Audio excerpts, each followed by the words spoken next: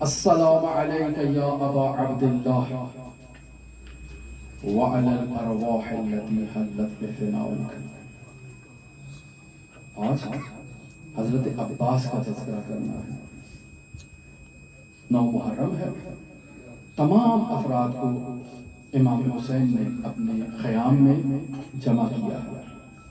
امام سجاد روایت کرتے ہیں کہ امام حسین عالی مقام انہیں رخصت دیتے ہیں، جس نے جانا ہے چلا جائے، لیکن کوئی نہیں جاتا۔ وہ سب مطالب آپ کے ذہنوں میں ہیں۔ نافع بن ہلال کہتا ہے کہ اس واقعے کے بعد میں نے دیکھا کہ امام حسین خیمے سے باہر نکلتے ہیں اور سرزمین کربلا دشت نینوا پر اکیلے جا رہے ہیں۔ مجھے خوف محسوس ہوا کہ کہیں کوئی سید الشہداء کو آسیب اور گزند نہ پہنچائے۔ میں آہستہ آہستہ حسین کے پیچھے چلا۔ امام حسین کو معلوم ہوا کہ نافع پیچھے آ رہا ہے، تو نافع سے کہتے ہیں، نافع میں اس سرزمین کربلا میں جا کر ان تمام فراز و نشیب کا معائنہ کرنا چاہتا ہوں جہاں میرے اصحاب نے زمین پر آنا ہے اور جام شہادت نوش کرنا ہے۔ پھر وہاں نافع کو باقاعدہ امام عالی مقام ان مقامات کی نشاندہی کرتے ہیں کہ جہاں ان ہستیوں نے، ان پاکیزہ ہستیوں نے، ان پاکیزہ شہداء نے جہاں جام شہادت نوش کرنا ہے۔ اور ایک مقام ایسا بھی آتا ہے کہ امام حسین نافع سے کہتے ہیں کہ نافع اب یہاں آپ رک جاؤ، آگے ایسے مقامات ہیں جہاں میں تنہا نہیں ہوں، جہاں میرے ساتھ میری ماں زہرا بھی موجود ہے۔ ان مقامات کا معائنہ نافع مجھے اکیلے کرنے دو، جہاں خود میں نے زمین پر آنا ہے، جہاں عباس نے زمین پر آنا ہے، جہاں علی اکبر نے زمین پر آنا ہے، جہاں اون و محمد و قاسم نے زمین پر آنا ہے۔ سید الشہداء اس معائنے کے بعد واپس تشریف لاتے ہیں خیام کی طرف۔ نافع کہتا ہے میں ساتھ ہوں۔ امام حسین اپنی ہمشیرہ کے خیمے میں داخل ہوتے ہیں۔ نافع کہتا ہے میں باہر کھڑا ہوا امام کا انتظار کر رہا ہوں کہ مجھے ثانی زہرا کے ان کلمات کی آواز سنائی دیتی ہے کہ بھیا اپنے اصحاب کا امتحان کر لیا ہے۔ کوفے والوں نے تو وفا نہیں کی ہے، ان اصحاب کا امتحان کر چکے ہیں۔ نافع کہتا ہے کہ ان کلمات کو سننا تھا کہ میں واپس پلٹتا ہوں حبیب ابن مظاہر کے پاس۔ حبیب جو اصحاب کے جھرمٹ میں موجود ہے، میں حبیب سے کہتا ہوں کہ اے حبیب ثانی زہرا کے وجود میں اضطراب موجود ہے، ایک پریشانی موجود ہے۔ حبیب تمام اصحاب کو جمع کرتے ہیں اور ثانی زہرا کے خیمے کے دروازے پر آ کر کھڑے ہو جاتے ہیں۔ اب ایسے میں حبیب آواز بلند کرتے ہیں کہ اے ثانی زہرا، اے فاطمہ زہرا کی بیٹی، اگر آپ اجازت دیں تو ہم ابھی اپنی جانیں آپ کے قدموں میں نچھاور کر دیں۔ امام حسین ثانی زہرا سے کہتے ہیں کہ میں نے اپنے اصحاب کا امتحان کر لیا ہے، ان سے بہتر اور کوئی صحابی نہیں ہے۔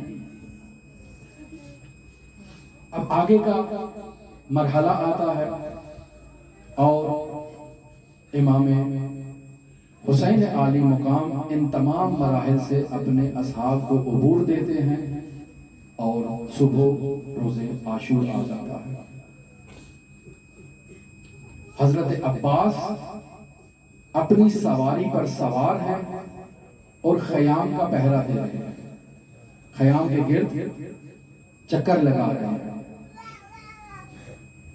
کہ ایسے میں زہیر حضرت عباس کے قریب آتے ہیں اور آ کر کہتے ہیں اے عباس،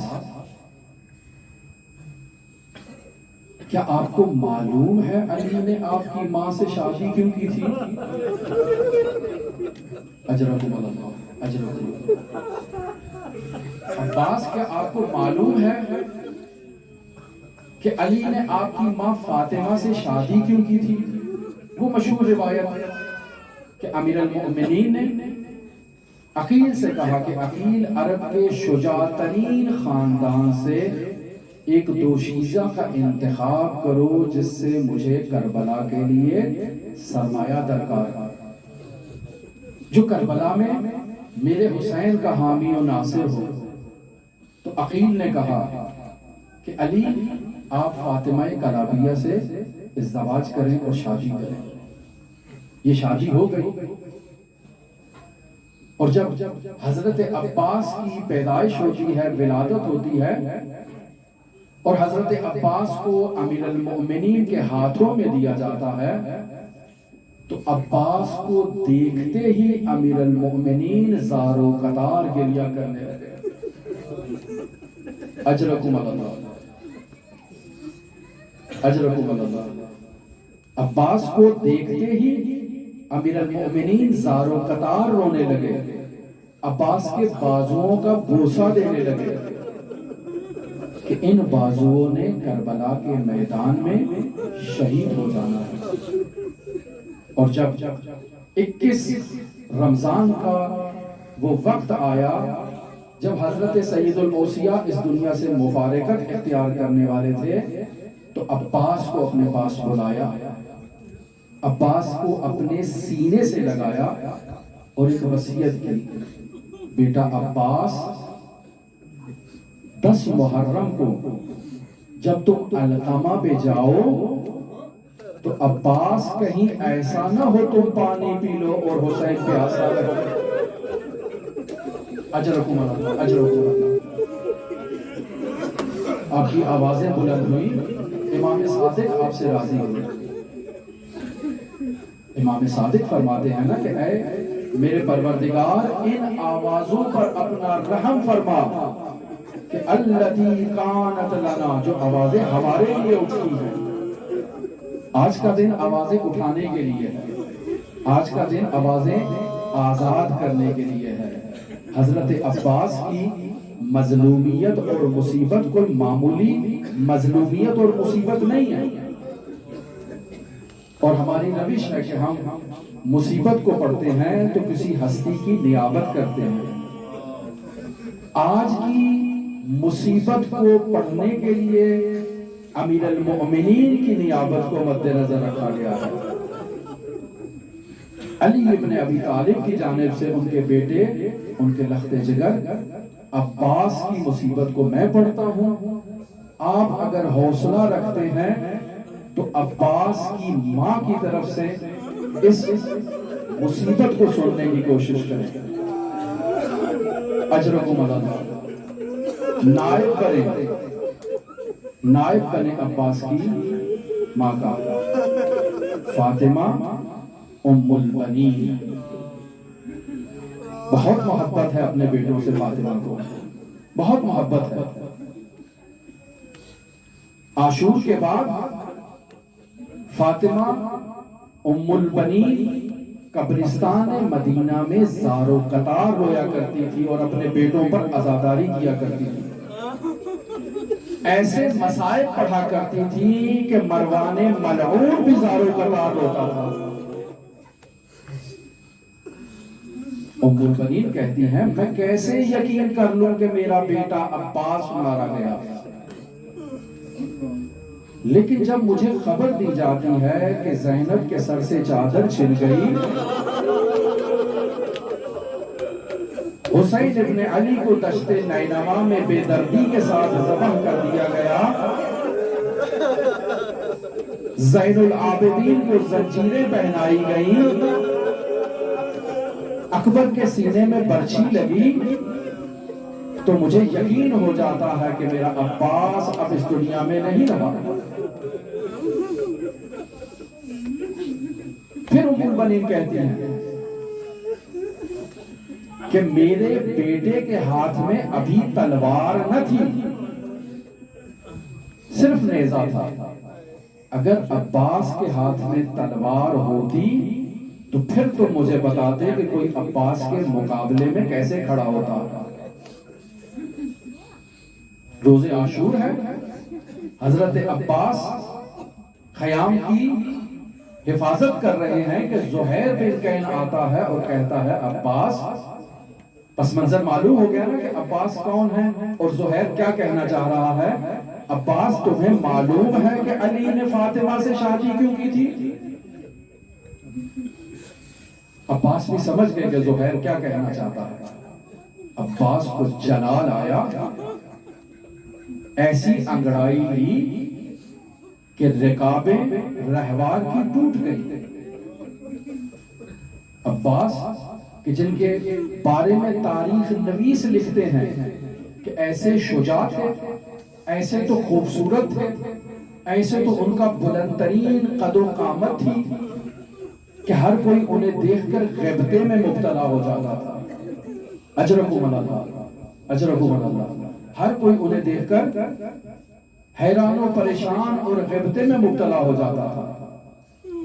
لیکن کربلا کے مصائب میں یوں معلوم ہوتا ہے کہ عباس کا وہ عظیم الجثہ وجود اطہر معلوم نہیں کیسے چھوٹا ہو گیا.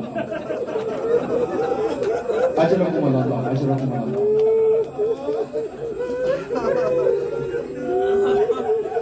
اگر ممکن ہو یہاں کی لائٹ بھی بند کر دیں اس طرف کی. اجرکم اللہ، اجرکم اللہ. مرحوم مہدی بحر العلوم کا زمانہ ہے.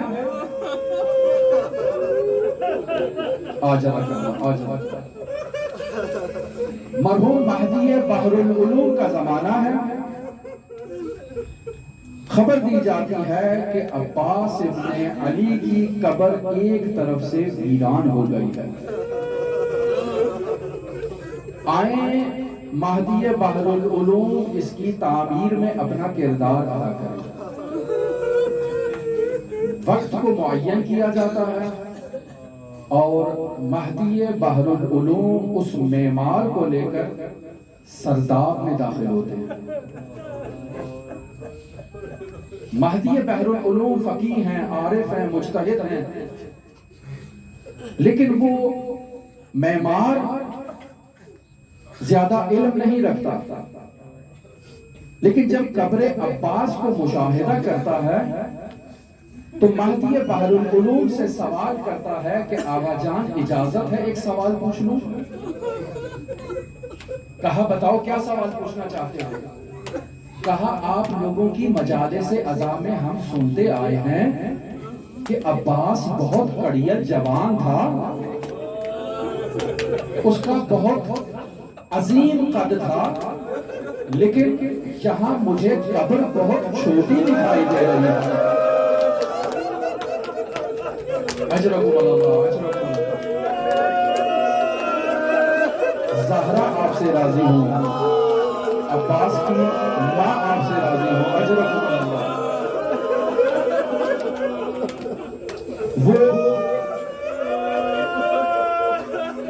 وہ عالم، اجرکم اللہ، وہ عالم جو ہر روز باقاعدگی سے حسین ابن علی کی زیارت کے لیے جایا کرتا تھا. ہر روز حسین ابن علی کی زیارت کرتا تھا، لیکن عباس کی زیارت کے لیے حرم عباس کی طرف نہیں جاتا. عالم رؤیا میں مشاہدہ کرتا ہے کہ صدیقہ طاہرہ تشریف لائی. فاطمہ زہرا نے ناراض ہو کر اپنا چہرہ تبدیل کر لیا. عالم دست بستہ درخواست کرتا ہے بی بی مجھ سے کوئی غلطی ہو گئی؟ کہا تو میرے بیٹے کی زیارت نہیں کرتا اس لیے میں تجھ سے ناراض ہوں. کہا بی بی ہر روز تو میں حسین کی زیارت کے لیے جاتا ہوں. کہا کیا عباس میرا بیٹا نہیں ہے؟ بس معلوم ہوا کہ عباس کی دو مائیں ہیں، ایک فاطمہ کلابیہ ام البنین ہے اور ایک فاطمہ زہرا ہے. نہیں معلوم آپ کس کے نائب بن کر گریہ کر رہے ہیں. اللہ آپ کی آوازوں کو قبول کرے. مہدی بحر العلوم کہتے ہیں مہدی بحر العلوم کہتے ہیں اس معمار سے کہ کربلا میں عباس پر وہ مصیبت آئی کہ عباس کا وہ عظیم المرتبت وجود چھوٹا ہو کے رہ گیا اور زین العابدین نے عباس کو ایک چٹائی پر رکھ کر اس قبر کے اندر اتارا. بس معلوم ہوا کہ کربلا میں عباس پر وہ مصیبت آئی کہ ان کا عظیم المرتبت وجود مختصر ہو کر رہ گیا. بس معلوم ہوا آج کی مصیبت ہم امیر المؤمنین کی جانب سے اور فاطمہ زہرا اور فاطمہ کلابیہ کی جانب سے عباس کی مصیبت کو بیان کر رہے ہیں. وہ مرحلہ آتا ہے عصر عاشور ہے. تمام اصحاب شہید ہو چکے ہیں. بنی ہاشم شہید ہو چکے ہیں. عباس آتے ہیں حسین ابن علی کے پاس. السلام علیکہ یا ابا عبداللہ. بھیا کیا مجھے بھی اجازت ہے کہ میں میدان میں جاؤں؟ امام حسین عباس کا یہ جملہ سنتے ہیں زارو قطار روتے ہیں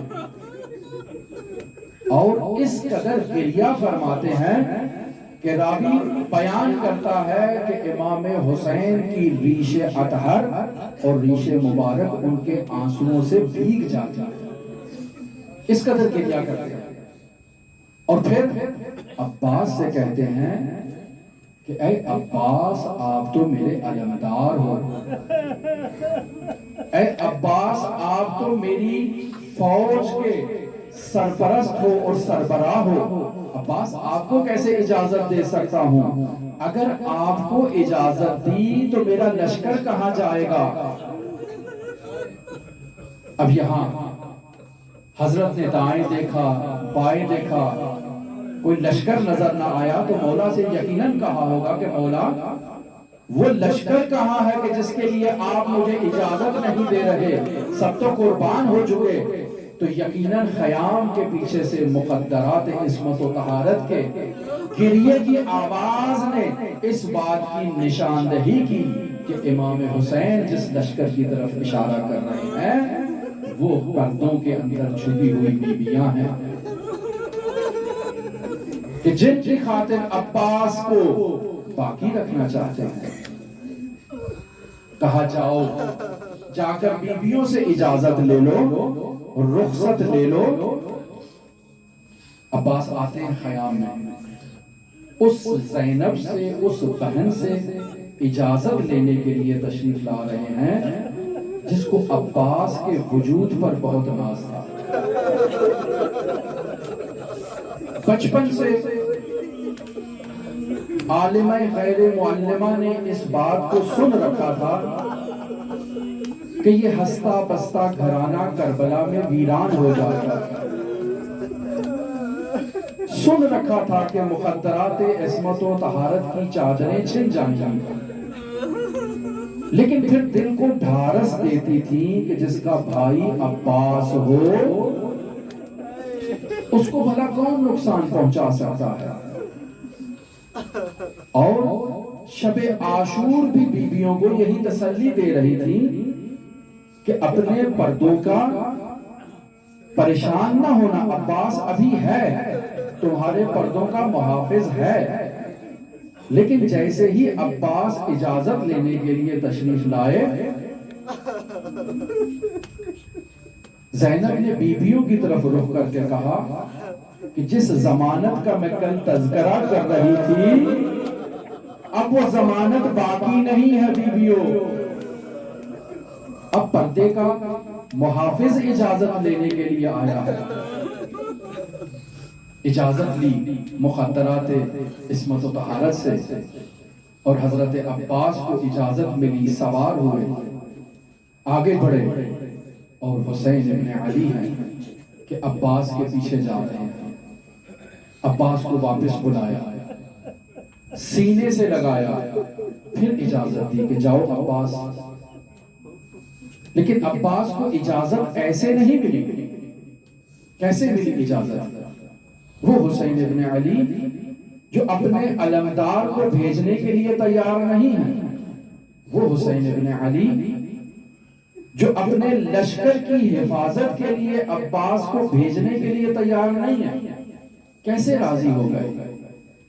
عباس ابن علی جب اس خیمے میں تشریف لاتے ہیں جہاں چھوٹے چھوٹے بچوں نے خشک مشکیزوں کو اپنے سینے سے لگا رکھا ہے تاکہ ان مشکیزوں کی نمی سے اپنے وجود کو تسکین دے سکیں، اور سکینہ ہے کہ ان بچوں کو ڈھارس دے رہی ہیں کہ ابھی میرے چچا عباس موجود ہیں۔ ابھی چچا سے کہتی ہوں کہ جائیں اور جا کر آپ کے لیے پانی کا انتظام کریں۔ عباس نے ان جملوں کو سنا، سکینہ کو اپنی گود میں لیا اور حسین ابن علی کے پاس تشریف لے آئے۔ معلوم ہو گیا کہ عباس کس غرض سے تشریف لائے ہیں۔ کہا جاؤ ان بچوں کے لیے کچھ پانی لے آیا، لیکن ایسی کیفیت ہے کہ جنگ کی اجازت نہیں ہے۔ ایک ہاتھ میں علم ہے، ایک ہاتھ میں مشکیزہ اور نیزہ بھی موجود ہے، اور عباس کو روانہ کیا کہ جاؤ پانی لے آؤ۔ ایک ایسی کیفیت میں عباس ابن علی نہر القمہ پر تشریف لاتے ہیں کہ تاریخی متون میں لکھا ہے 4000 تیر انداز عباس کے محاصرے میں موجود ہیں، اور انہوں نے عباس کا محاصرہ کیا۔ 4000 تیر انداز تیروں کی برسات کر رہے ہیں، اور عباس ہے کہ اپنے وجود اطہر کا دفاع کر رہے ہیں اس نیزے سے، اس علم مبارک سے۔ اور جب وہ علم مبارک شام میں اس لعین کے دربار میں پہنچا، اس علم کی عظیم المرتبت حیبت کو دیکھ کر وہ اپنی مسند سے 3 دفعہ اٹھا اور زمین پر بیٹھ گیا، اور پھر پوچھا یہ علم کس کا ہے، کس نے اسے تھام رکھا تھا؟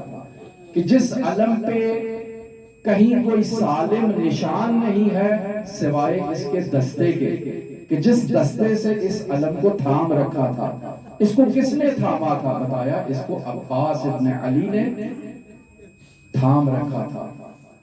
اس علم سے اپنا دفاع کیا اور 80 افراد کو واصل جہنم کیا۔ ایسے میں عباس ان سے جو سوال کر رہے ہیں وہ سوال یہ ہے کہ کیا تمہارے درمیان کوئی مسلمان بھی ہے؟ اس القمہ سے تمام حیوانات سیراب ہو رہے ہیں اور آل رسول پیاسی ہے، تم آل رسول کو اس نہر القمہ سے سیراب کیوں نہیں ہونے دیتے؟ کہ ایسے میں ایک شقی ترین انسان نے چھپ کے عباس پر وار کیا کہ عباس کے دائیں بازو کو اس وقت قلم کیا جب وہ مشکیزہ بھر کے واپس پلٹ رہے تھے۔ بہت سخت مشکل مرحلہ ہے یہ کہ عباس اس القمہ میں جب داخل ہوتے ہیں اور پانی کو اٹھاتے ہیں تو پانی کو واپس رکھ دیتے ہیں، نہیں پیتے۔ بابا کی وصیت تھی، شاید یہ وجہ ہے۔ بھائی کے ساتھ وفاداری تھی، شاید یہ بھی وجہ ہے۔ یا عشق کا وہ بلند ترین مرحلہ ہے کہ میرا حسین پیاسا ہے، میں کیسے پانی پی لوں؟ یا بعض یوں بیان کرتے ہیں کہ عباس نے پانی کو پینے کے لیے نہیں اٹھایا تھا، بلکہ اس شکوے کو منتقل کرنے کے لیے اٹھایا تھا کہ اے علقمہ تو یہاں بہہ رہی ہے اور آل نبی پیاسی ہے۔ پانی کو بھرا اور اب عباس ابن علی واپس جانا چاہتے ہیں کہ اس شقی نے چھپ کر عباس ابن علی کے دائیں بازو پر حملہ کیا۔ دائیں بازو قلم ہوا تو عباس نے مشکیزے کو بائیں بازو میں لیا، پھر چھپ کر ایک شقی نے بائیں بازو پر وار کیا تو عباس نے نہ جانے کیسے اس مشکیزے کو اپنے دانتوں میں دبوچا، لیکن ایک ہی ہدف ہے، ایک ہی مقصد ہے کہ یہ پانی خیام تک پہنچ جائے۔ پھر اب ایک شقی نے اس مشکیزے پر اپنے تیر کا نشانہ لگایا۔ عباس کی امید وہ مشکیزہ جب زخمی ہوا اور تمام پانی بہہ گیا تو عباس کی پانی پہنچانے کی امید ختم ہو گئی۔ دوسرے شقی نے تیر مارا جو سینے میں پیوست ہوا، اور پھر ہر طرف سے تیروں کی بوچھار کہ عباس کا وجود اطہر تیروں سے چھلنی ہو چکا کہ ایسے میں ایک شقی گرز کا وار کرتا ہے کہ عباس اب زین سے زمین کی طرف سفر کرتے ہیں اور بھائی کو بلاتے ہیں، السلام علیکہ یا ابا عبداللہ، یا السلام علیکہ یا اخا ادرکنی اخا، بھیا میرے پاس آئیے۔ امام حسین کیسے تشریف لائے عباس کے پاس یہ ایک الگ منزل ہے، لیکن کسی طرح سے عباس تک پہنچ جاتے ہیں۔ دیکھتے ہیں وجود ناظرین تیروں میں بالکل گھرا ہوا ہے، لیکن بھائی میں ایک رمق ابھی باقی ہے۔ کہتے ہیں مولا میرا وجود زخمی ہے، مولا میری آنکھیں خون سے بھری ہوئی ہیں، مولا آپ کا آخری دیدار کرنا چاہتا ہوں۔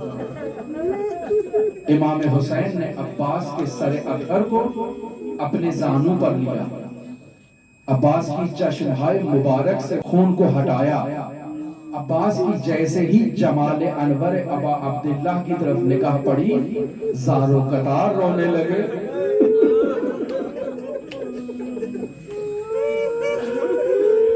کہتے ہیں بھیا آپ نے تو مجھے اپنے زانوں پر جگہ دی، کچھ ہی دیر بعد آپ بھی زین سے زمین پر آئیں گے۔ ان لمحات کو دیکھ کر رو رہا ہوں کہ کون آپ کے سر اقدس کو اپنے زانوں پر لے گا، کون آپ کے وجود نازنین کو اپنی آغوش میں لے گا۔ اس مرحلے کو دیکھ کر رو رہا ہوں۔ اجرکم اللہ، اجرکم اللہ۔ اب یہاں امام حسین عباس سے کہتے ہیں کہ میں آپ کو خیمے کی طرف لے جانا چاہتا ہوں۔ یہ وہ آزمائش ہے، یہ وہ وفا ہے جسے علماء بیان کرتے ہیں کہ عباس کہتے ہیں بھیا مجھے خیام کی طرف نہ لے جائیے۔ کیوں؟ کہا میں سکینہ سے وعدہ کر کے آیا تھا کہ میں اسے پانی پلاؤں گا، وہ میرے انتظار میں موجود ہے، مجھے نہ لے جائیے۔ اور دوسری وجہ مجھے نہ لے جائیے وہ یہ ہے کہ مخدرات عصمت و طہارت کو میری بہت ڈھارس مجھے اس کیفیت میں دیکھ کر ان کی امیدیں ٹوٹ جائیں گی۔ عباس کا آخری وقت ہے، لیکن اس میں بھی حسین ابن علی کے ساتھ وفا کا مظاہرہ کر رہے ہیں۔ امام حسین اٹھے، اپنی آستین سے اپنے آنسوؤں کو پوچھا اور خیام کی طرف واپس چل دیے۔ عباس ابن علی کو وہیں چھوڑ دیا۔ اب جیسے ہی خیام میں پہنچتے ہیں تو دو مستورات حسین ابن علی کے آگے آتی ہیں۔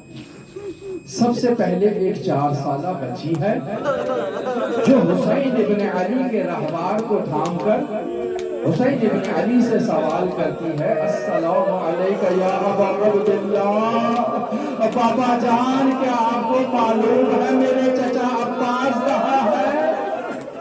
وہ مجھ سے وعدہ کر کے گئے تھے کہ میرے لیے پانی لائیں گے،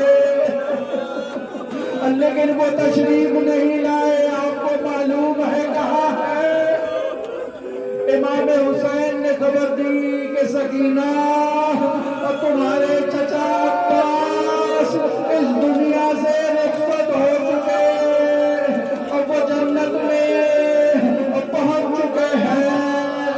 اور دوسری ہستی جناب زینب عالیہ آگے بڑھتی ہے اور امام حسین سے سوال کرتی ہے، بھیا عباس کہاں ہے؟ ہمارے پردے کے محافظ کہاں ہیں؟ بتایا جاتا ہے زینب علیہ وہ شہید ہو گئے۔ سوال کرتی ہیں، بھائی آپ تمام شہداء کو قیام میں لائے، عباس کو کیوں نہ لائے؟ تو امام حسین جواب دیتے ہیں کہ بہن زینب، عباس کا وجود اطہر، وہ عظیم المرتبت جسم اب اتنا چھوٹا ہو چکا ہے، اتنے حملے ہوئے، اتنے تیروں کی برسات ہوئی، اتنے گرد مارے گئے، اتنے نیزے مارے گئے، اتنی تلواروں کا حملہ ہوا کہ اب وہ وجود نازنین مختصر ہو چکا ہے۔ میں کیسے عباس کے وجود اطہر کو جمع کرتا اور قیام میں لاتا؟ تو زینب عباس وہیں القما کے کنارے موجود ہے۔ انا للہ و انا الیہ راجعون۔ عباس اس دنیا سے رخصت ہو گئے، لیکن جاتے جاتے حسین کے ساتھ اپنی وفا کا کمال مظاہرہ کر گئے، مقدرات عصمت و طہارت کے ساتھ اپنی وفا کا اظہار کر گئے۔ کل تک جو لوگ عباس کے خوف کی وجہ سے جن کی آنکھوں میں نیند نہ تھی، آج وہ چین کی نیند سوئیں گے۔ وہ مقدرات عصمت و طہارت جو آسودہ خاطر سویا کرتی تھی کہ ان کے پردے کا محافظ موجود ہے، آج وہ پریشانی کے عالم میں بیدار رہیں گی کہ ان کے پردے کا محافظ نہر القما پر